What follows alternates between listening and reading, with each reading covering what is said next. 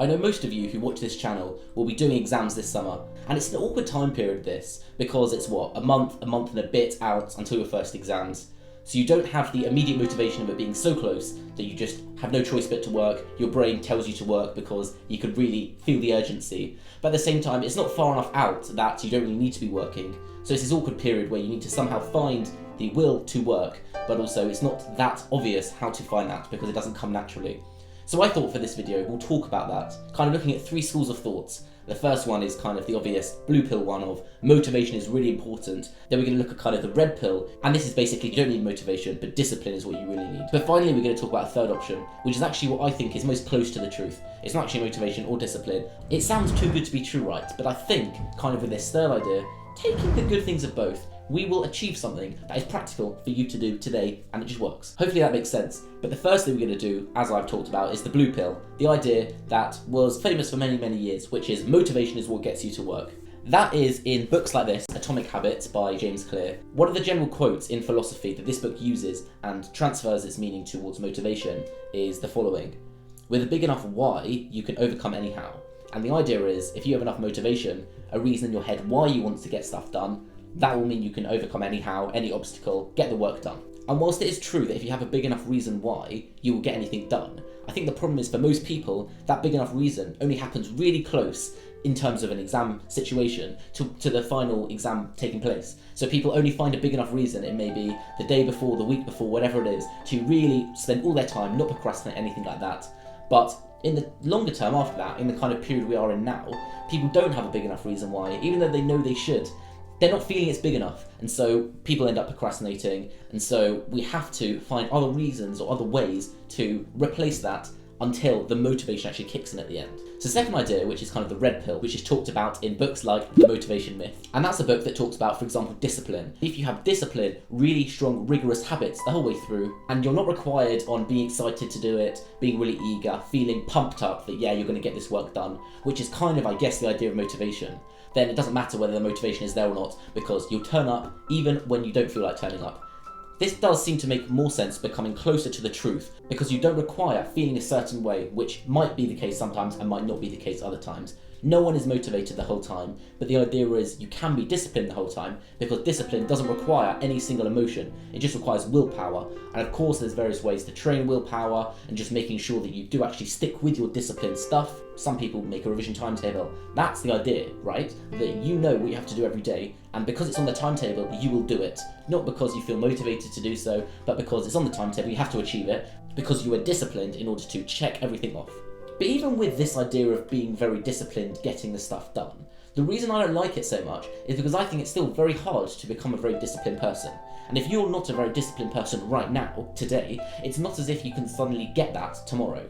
In order to build up these habits, people talk about 21 days or something like that of doing something every single day in order to build up enough of a habit that you will then do it a bit more naturally. And again, I'm not a scientist, but you might have heard these ideas of every time you do something, the neural pathway gets strengthened in your brain. And so the more you do something, the more likely it is to kind of become a habit. The problem with that is it still takes 21 days, as people say, to create a habit, or some people say 90 days to create an absolute lifestyle. If you do something every single day for 90 days, on the 91st day after 3 months, you're thinking not whether I should do it or not, but it's just so ingrained in you.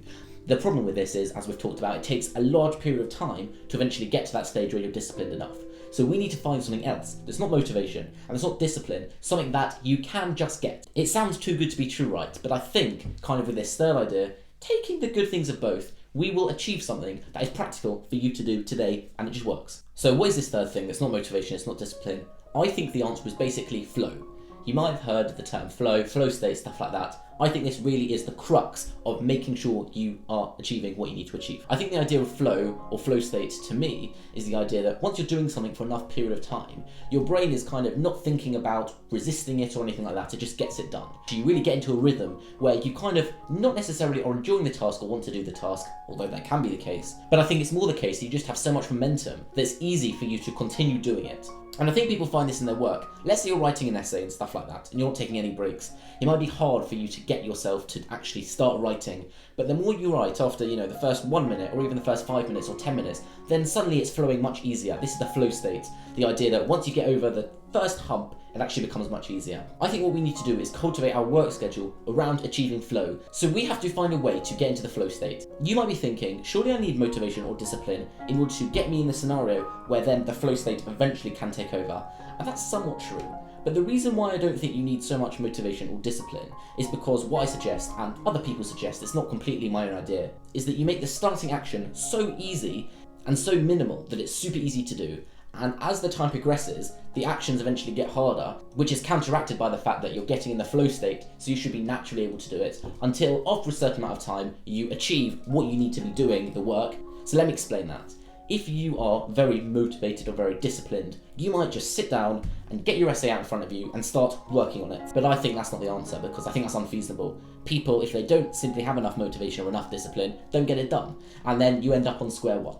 But what people would say, if you just rely on the flow state, is you open up your computer. That's like the first action, and that's it. And then you literally can, let's say, open up a Word document. You're doing the most basic stuff that's not even necessarily related to your work.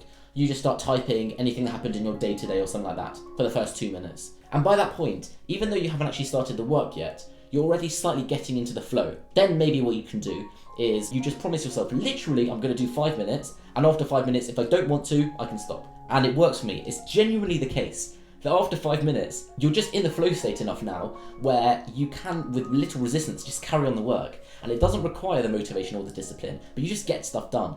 And definitely, there are times where I work for 5 minutes and I'm not feeling it, and then I say, oh, well, I actually do want to stop now, I'm not in the flow state yet. I literally do stop and have a break.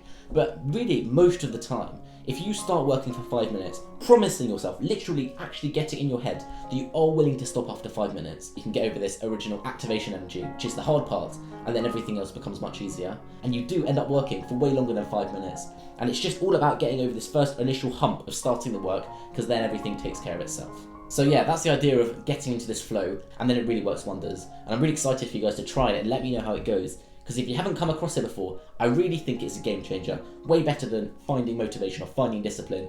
This flow state is something you can literally do every single time.